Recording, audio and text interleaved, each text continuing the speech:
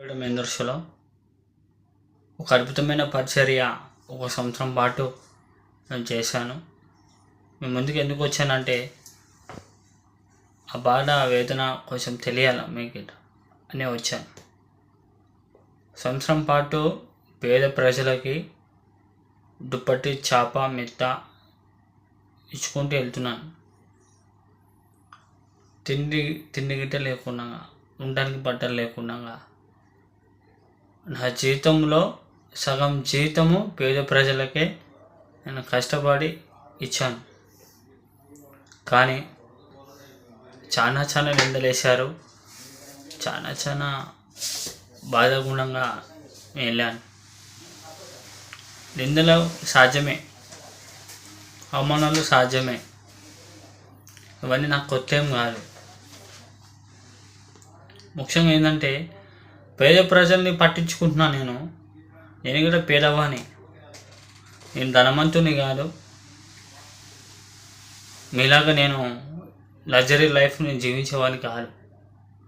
పేద స్థితిలోనే నేను వచ్చి ఆ పేదవాళ్ళ నాకు ఆ బాధ్యత నాకు తెలుసు కాబట్టి వాళ్ళకి సాయం చేస్తున్నాను. అంతేగాని చేతనైనంత వరకు మీరు కూడా సాయం చేయండి, పేద ప్రజల్ని పట్టించుకోండి, వాళ్ళకి బుక్కడు అన్నం పెట్టండి, వాళ్ళు మంచి చూసుకోండి. కానీ నా మీద నిందలేసే ఏం లాభం అండి మీకు? దేవుడిచ్చిన పరిచర్య ఒకటేమో దేవుని మందిరంలో పరిచర్య చేయడము, ఇంకోటేమో పేద ప్రజలకి పరిచర్య చేయడం. అది శ్రేష్టమైనది నేను ఎన్నుకున్నాను. మీకు చేతనైతే మీరు సాయం చేయండి, నాకు సాయం చేయండి, లేదంటే పేద ప్రజలకి సాయం చేయండి. ఓ 10 మందికి, ప్రతిరోజు 10 మందికి.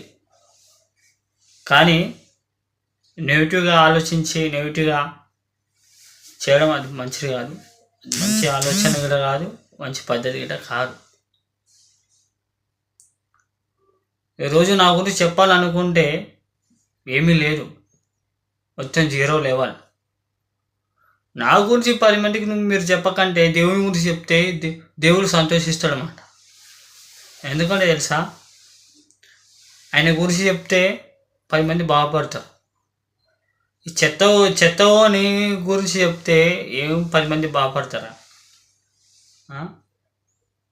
తినడానికి తిండి లేదు ఈరోజు గిట్ట, ఉండడానికి గూడు లేదు, ఎక్కడ పంటానో తెలియదు, ఎలా ఉంటానో తెలియదు, ఏ విధంగా జీవిస్తానో తెలియదు, ఎప్పుడు చచ్చిపోతానో కూడా నాకు తెలియదు. కానీ ఈరోజు గిట్ట దేని మీద భారం వేసుకొని దేవుని కృపతో కనికరంతో అలా బతుకుతున్నాను.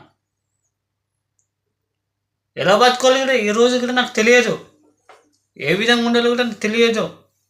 కేవలం ఒకటి చేస్తాను. నేను పొద్దున లేచిన వెంటనే సాయంత్రం దాకా ప్రార్థన చేస్తా, ప్రార్థనాసారంగా నేను జీవిస్తా. తెలుసా?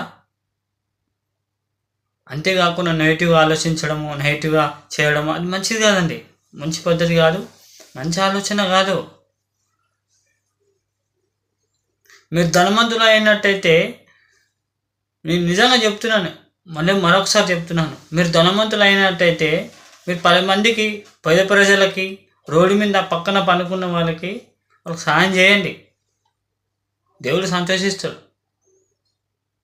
లేదంటే నాకు ఇవ్వండి మీ డబ్బులు, నేను పేద ప్రజలకు పంచిపెడతా, మీకు చూపిస్తా, ప్రతి బిల్లు నేను చూపిస్తా మీకు. కానీ నెగిటివ్ ఆలోచించడం చాలా తప్పండి. ఒక వ్యక్తిని గురించి నిందలు వేసినప్పుడు అతను ఎవరు, అతను బతికేంది, తన స్థితి ఏంది మీరు ఆలోచించాలి ఫస్ట్. ఎన్ని నిందలు వచ్చినా, ఎన్ని అవమానాలు వచ్చినా నేను చనిపోయే వరకు పేద ప్రజలని ఏదో ఒక విధంగా ఆదరిస్తూనే ఉంటాను.